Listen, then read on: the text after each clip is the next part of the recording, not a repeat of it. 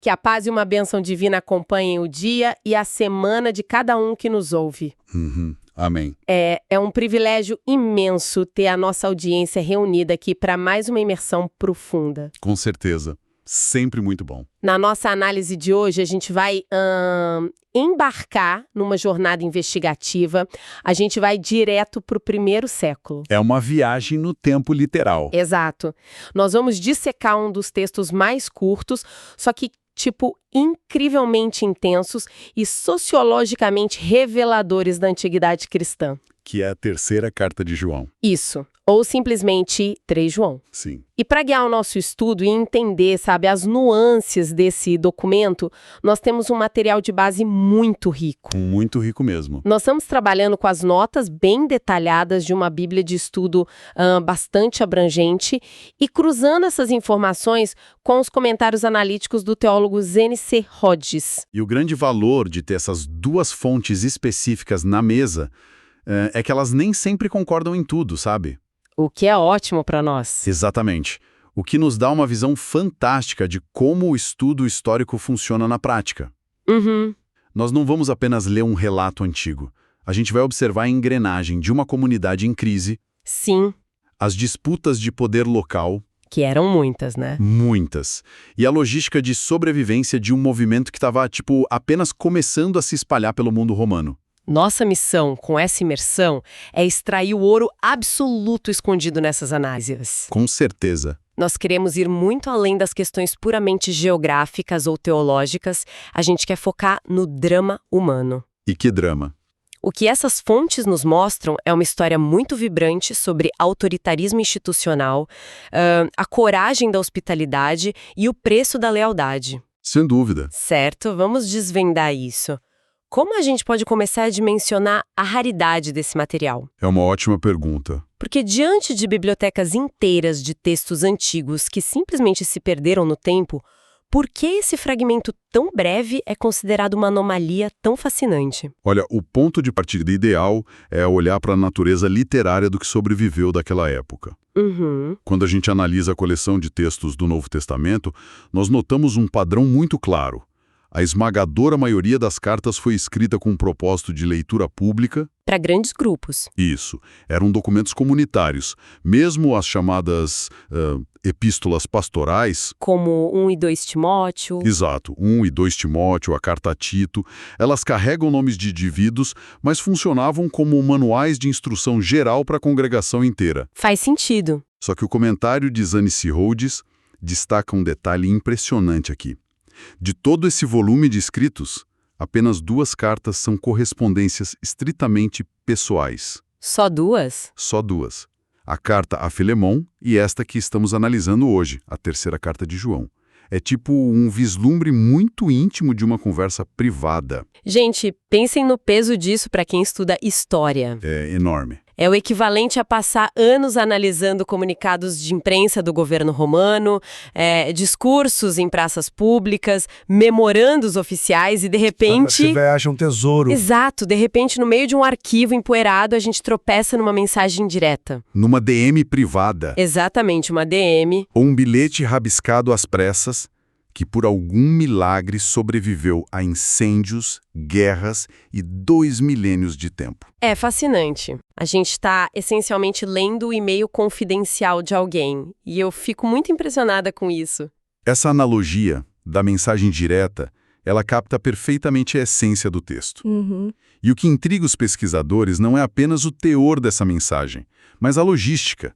Como ela chegou ao destino dela? Porque não tinha agência de correio na esquina. Não, de forma alguma. As notas da Bíblia de Estudo levantam uma hipótese fascinante sobre isso, que é conhecida como a teoria do pacote de entrega. Pacote de entrega? Isso. O mundo antigo não contava com um serviço postal para cidadãos comuns. Para uma carta cruzar o império, era necessário um mensageiro de confiança. Viajando a pé ou de barco, enfrentando todo tipo de perigo. E a perspectiva sugerida pelas nossas fontes é de que as 3 cartas do apóstolo João, 1, 2 e 3 João, elas não viajaram separadamente. Ah, elas foram juntas? Exato. Elas formavam um único pacote estratégico que circulou junto. Nossa, essa teoria transforma o texto num verdadeiro roteiro de cinema. Não é? Eu imagino um viajante carregando uma bolsa de couro pesado, cruzando estradas super perigosas. E dentro dessa bolsa, 3 níveis de comunicação muito distintos. O material desenha essa logística de forma muito visual. A primeira carta, 1 João, funcionaria como um grande sermão. Um tratado teológico denso. Isso, escrito para distribuição geral, para circular de mão em mão entre várias comunidades. E o segundo nível dessa entrega era a segunda carta, 2 João. Segundo a hipótese das fontes, esse documento acompanhava o tratado principal, mas tinha um alvo geográfico bem mais específico. Uma comunidade local. Sim, a instrução provável era que 2 João fosse lida em voz alta diante da congregação que estava recebendo aquele pacote naquela ocasião. Entendi. Era a mensagem oficial para a liderança e para o povo daquela localidade. E aí, no fundo da bolsa, estava o terceiro nível. A nossa carta de hoje. 3 João. 3 João. Um documento confidencial entregue diretamente nas mãos de um indivíduo específico chamado Gaio. Exatamente. É como se o remetente dissesse, olha, aqui está o sermão para todos, aqui está a carta para a igreja, mas Gaio, leia este bilhete em particular quando você estiver sozinho. Um recado só para ele. E quem operava essa rede logística complexa? Bom, as fontes apontam os holofotes para um homem chamado Demétrio. Demétrio. Isso. Ele não era um funcionário dos Correios Imperiais prestando um serviço secular. Demétrio era o próprio portador da carta e, simultaneamente, um pregador cristão itinerante. Quer dizer, ele tinha um papel duplo. Exato. Ele transporta o material físico, o pergaminho, e carrega a responsabilidade da mensagem verbal que acompanhava essas cartas. Que incrível! E já que a gente mencionou o destinatário, né, o Gaio, e o mensageiro Demétrio, vale a pena detalharmos quem está do outro lado da pena, quem está escrevendo. Quem está mandando as cartas? O autor tem uma abordagem curiosa. Ele não abre a carta declarando o próprio nome. Ele se autodenomina simplesmente o presbítero. O presbítero. É um título que impõe muito respeito, né? E, ao mesmo tempo, uma familiaridade meio misteriosa. É verdade. O termo em si, no grego original que as fontes apontam, denota um homem de idade avançada. Um sênior. Sim, carrega um peso de senioridade imenso. Mas no contexto da igreja primitiva, ia muito além de ter cabelos brancos, sabe?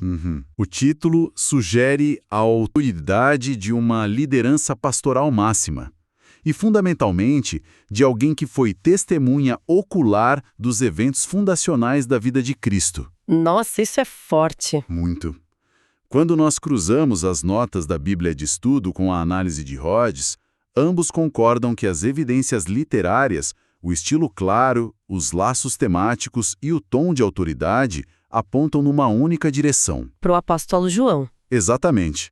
A tradição tem bases sólidas para afirmar que este presbítero é o apóstolo João. Ele está escrevendo não como um administrador distante, mas como uma figura histórica monumental. Gerenciando a comunidade dele. Isso. E do outro lado do mapa, recebendo essa correspondência, a gente tem o Gaio. O nosso destinatário. É. A carta não traz um endereço com rua e número, nem menciona o nome da cidade. Mas os pesquisadores que elaboraram as nossas fontes conseguem triangular umas pistas, né? Sim, cruzando os dados do comentário de Rhodes e as introduções da Bíblia de Estudo. Isso, e a região provável é a chamada Ásia Romana.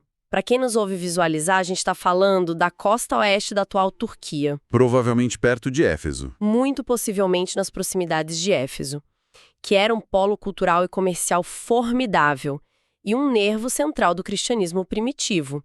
O Gaio estava bem no meio desse caldeirão geográfico. O que é fascinante aqui é um motivo central que leva o apóstolo João a escrever diretamente para Gaio, desviando dos canais normais da igreja. Por que ele fez isso? O tema transversal dessa correspondência é a hospitalidade. E a gente precisa desvincular essa palavra do nosso conceito moderno de, tipo, oferecer um jantar agradável para amigos. Ah, sim. Não era só fazer uma sala. Não. No mundo romano do primeiro século, a hospitalidade era uma ferramenta de sobrevivência. Tratava-se de criar um autêntico lar longe de casa para os missionários. E para os cristãos itinerantes, como o próprio Demétrio. Exatamente.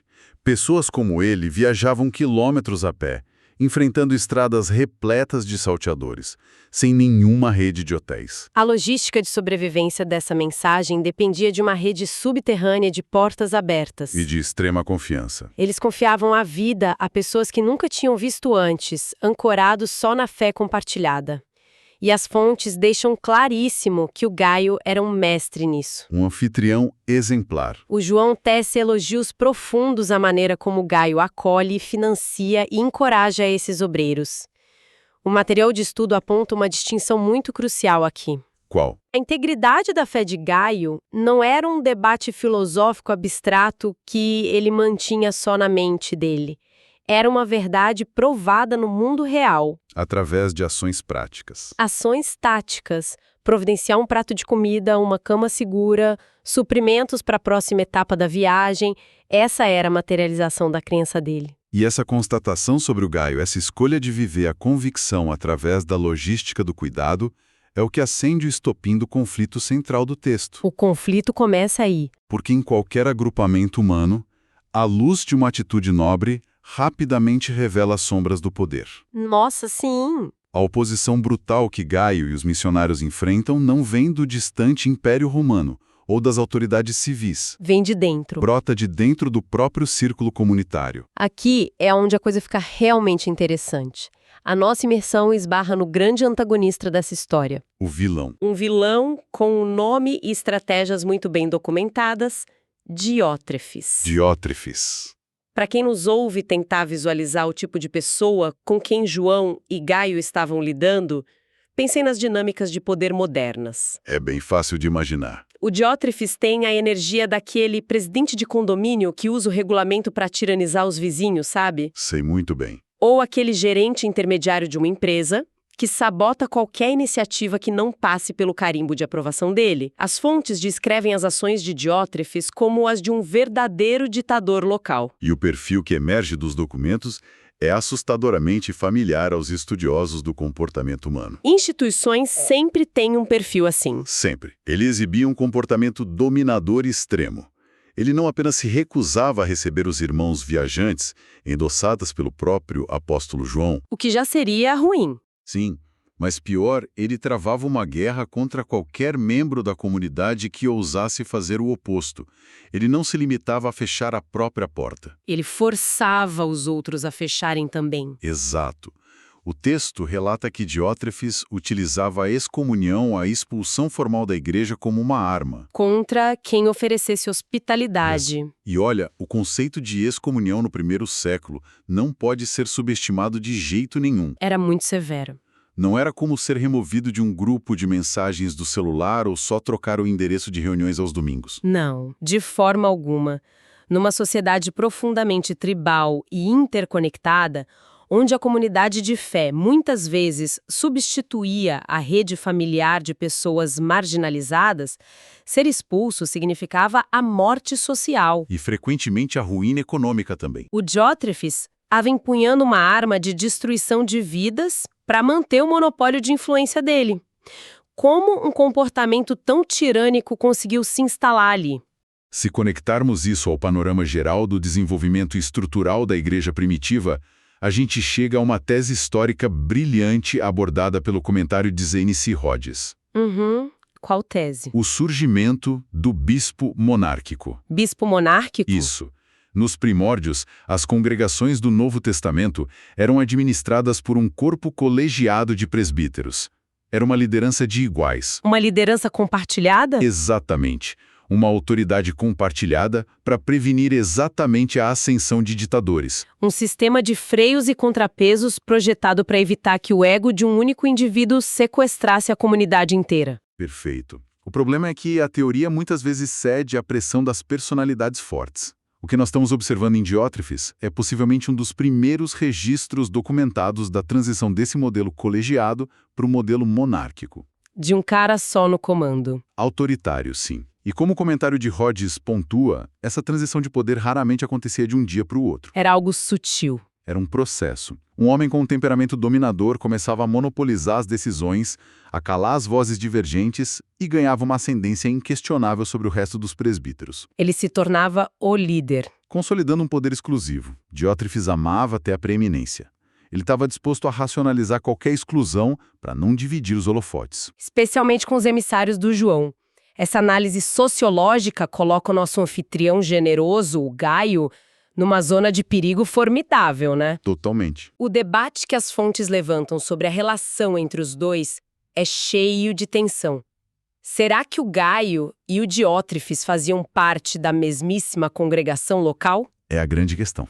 A análise indica que a menção de João no versículo 9, quando ele usa a expressão a igreja, sugere fortemente que sim, o Gaio provavelmente congregava sobre a jurisdição opressiva desse líder. O que é assustador se você pensar nas consequências. Muito. Significa que a cada missionário que o Gaio recebia na casa dele, ele colocava um alvo nas próprias costas. Ele estava desafiando frontalmente o monopólio do Diótrefes. E aí a pergunta que naturalmente surge e que o comentário investiga é como o Gaio não foi sumariamente expulso e esmagado por esse sistema. É verdade. Por que o Diótrefes não acabou com ele? A inferência mais provável levantada pelos estudiosos é que o Gaio, concebivelmente, possuía um escudo social. Ele devia ser um homem de posses consideráveis. Com recursos, riqueza material ou uma influência muito formidável dentro e fora da comunidade. Essa estatura tornava muito custoso, politicamente falando, para o Diótrefes simplesmente excomungá-lo. Iria causar uma fratura catastrófica na igreja. Exato. O Gaio utilizava os recursos dele não só como logística para os viajantes, mas como uma barricada contra a tirania. Eu acho fascinante notar como o apóstolo João gerencia essa crise de poder. Ele não envia um ofício burocrático para o Diótrefes implorando cooperação. Até porque não ia adiantar. A liderança oficial estava irremediavelmente corrompida. Então o João contorna a estrutura institucional. Ele apela diretamente a um cidadão influente, que é o Gaio, para garantir que o trabalho do Demétrio continue. É uma estratégia brilhante. Mas o João não é passivo, não. As notas da Bíblia de Estudo ressaltam que um dos grandes temas do texto é a firmeza diante da oposição. O João promete explicitamente que assim que visitar a região, vai confrontar pessoalmente as atitudes do Diótrefes. E as fofocas maliciosas dele. A postura de João é a de alguém que entende que a tolerância com o abuso de poder é letal para a comunidade. Sim. Agora, quando a gente mergulha na tentativa de datar esse conflito, de cravar em que ano exato essa disputa ocorreu, nós esbarramos num dos desafios mais complexos do estudo histórico. A cronologia. O material que temos hoje apresenta um conflito notável de cronologia, o que ilustra perfeitamente como a pesquisa de documentos antigos lida com incertezas. Nós temos o que parece ser um verdadeiro mistério temporal nas mãos. A gente pode mapear os dois cenários para nossa audiência e entender a escala dessa discrepância. Vamos lá. De um lado, a gente tem o posicionamento da Bíblia de Estudo. As tabelas cronológicas dela defendem uma datação tardia. Final do século I. Isso. A sugestão é que 3 João foi elaborada no último quarto do primeiro século, posicionando a escrita entre os anos 85 e 95 d.C. Historicamente, isso joga os eventos no período do reinado do imperador Domiciano, ou logo após. Sob essa ótica, o apóstolo João já seria um homem extremamente idoso. Operando de Éfeso ou exilado em Patmos. Exatamente. Esse é o paradigma mais consolidado e tradicional da academia, a figura do apóstolo ancião sobrevivente. Mas, em contraponto, o teólogo Zanny C. Hodges oferece uma argumentação metodológica completamente distinta. Bem diferente mesmo. O Hodges faz uma observação cirúrgica. Diferentemente de outros textos, não existe nenhum dado independente fora da própria carta que ancore rigidamente a data a um período específico tardio. A ausência de provas externas obriga uma reavaliação. E isso levanta uma questão importante sobre como preencher essas lacunas metodológicas. Diante dessa falta crônica de dados objetivos, o Hodges argumenta pelo princípio da simplicidade. O que ele propõe? Ele propõe a tese de que todas as 3 epístolas de João podem muito bem ter sido escritas muito antes, sugerindo uma datação no início da década de 60 d.C. Nossa! Nós estamos falando de um abismo de até 30 anos de diferença. É muito tempo. 30 anos, em qualquer época, muda a fisionomia do mundo inteiro. Mas no primeiro século esse salto muda o universo. Totalmente. E eslocar o texto dos anos 90 para a década de 60 significa colocar toda essa história antes de eventos traumáticos absolutos. Como a Guerra Judaico-Romana. E a destruição do Grande Templo de Jerusalém no ano 70. Significa também colocar a comunidade possivelmente sob a sombra do reinado de Nero, em vez de Domiciano. O contexto de fundo se transforma inteiramente dependendo do calendário que os historiadores escolhem adotar. É verdade. O fascinante é notar como os especialistas trabalham quando o relógio da história está quebrado. Eles são forçados a analisar o vocabulário, as variações de estilo. O desenvolvimento sociológico. Exato. O quão rápido a figura do bispo monárquico poderia ter se consolidado. O contraste entre a Bíblia de estudo e o Rhodes nos lembra que o trabalho histórico exige lidar frequentemente com hipóteses concorrentes. Mas olha, independentemente de o relógio marcar o ano 65 ou o ano 90, a arquitetura emocional e política dessa carta permanece inalterada. E incrivelmente atual. Sim, e isso nos conduz ao ponto crucial da nossa imersão. Então, o que tudo isso significa? Aplicação prática. Para quem nos ouve imerso nos problemas da nossa própria era, por que a dinâmica entre um anfitrião corajoso, um ditador paroquial e um apóstolo gerenciando crises a quilômetros de distância ainda tem relevância? Se destilarmos as fontes, a gente encontra lições valiosíssimas sobre o comportamento humano. O primeiro grande aprendizado foca na necessidade de mecanismos de correção. A disciplina. Isso. A postura do autor demonstra que a disciplina institucional e a prestação de contas não são opcionais. Elas são vitais para que um grupo consiga prosperar. O João não tenta passar um pano. Não. Ele não trata as atitudes autoritárias do Diótrefes com uma falsa diplomacia complacente para, manter a paz. Ele nomeia o comportamento destrutivo. Exatamente. E estabelece que a intervenção é necessária. A omissão diante de lideranças tirânicas destrói a confiança de uma comunidade. Esse é um lembrete muito poderoso. Uma estrutura de poder que não pode ser questionada ou auditada torna-se rapidamente um instrumento de isolamento. O silêncio diante do abuso não pacifica o ambiente. Só empodera quem oprime. Exato. O segundo aprendizado monumental que as nossas fontes revelam diz respeito à anatomia da resistência autêntica. Como um indivíduo sobrevive e se opõe ao autoritarismo. E a resposta do Gaio foi fantástica. Ele não iniciou uma revolta retórica. A resistência dele foi a prática tática. A hospitalidade constante e inabalável. Como o material da Bíblia de Estudo enfatiza, a integridade da crença é comprovada por ações concretas. O Gaio continuou abrindo a casa dele, assumindo os custos e se recusando a deixar o medo da excomunhão paralisar a generosidade que ele acreditava ser correta. A resistência dele foi essencialmente logística. Uma logística de amor. O ato de preparar o alimento, ceder um quarto e financiar a viagem de um forasteiro exausto como Demétrio, isso se transformou no maior protesto possível contra a exclusão do Diótrefes. É brilhante. No mundo que tenta dominar, limitando o acesso e fechando o cerco, o simples ato de manter uma porta genuinamente aberta requer uma coragem extraordinária. A fé operando através da logística derrota o monopólio da dominação. Nossa, analisar esse fragmento antigo é contemplar o choque perene entre o desejo institucional de controle e o impulso relacional de servir. Com certeza. E como pensamento provocativo final, o que mais chama a atenção de quem está nos ouvindo? Algo para que todos possam refletir com calma ao observarem as dinâmicas dos seus próprios grupos. Qual seria a reflexão?